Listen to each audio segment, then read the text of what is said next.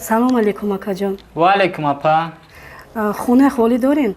نه اپا جون، مهمون خونه‌مش بنده. راستی من از راه دور آمدم، یک گلوچ کدام را جا کنین امشب. همه بنده یک جای خالی داریم، اگر بخواین همجا ده جاتون میکنیم. نکی اوجا یک نفر هست، یک صنعتکار است. اونه که تو سهر دایره مینوازه، اگر بخواین بریم همده جاتون میکنیم. خیر چه علاجه؟ پخته میمونیم در گوشه اون امشب بیستیم، من راه دور آمدیم. مایلش اوجا توتون ابتین جاتون میکنیم اپا.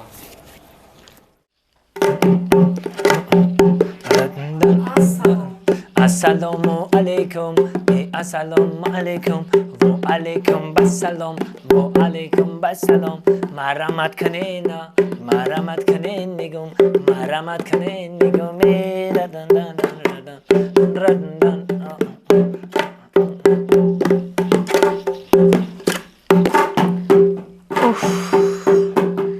ای بچه بحثش کو آخی ساعت یک شوشید خورین؟ بس کنم بس کن. مایل اینا بس میکنم بخشش نافور کده باش مگر بخشش خوب میدیم خوبای نخت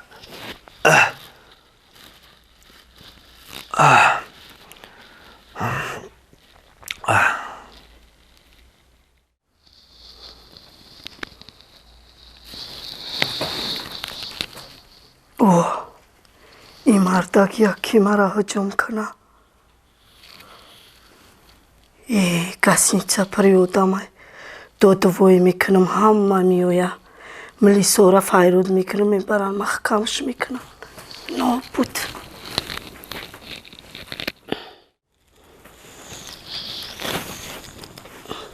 فو این مردک مرا هجوم کنه.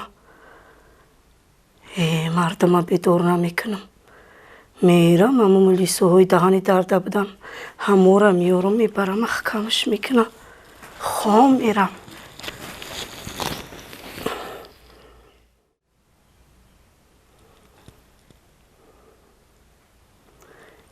این مردک اگر مرا هجوم کنه کن هیچ نمیگم.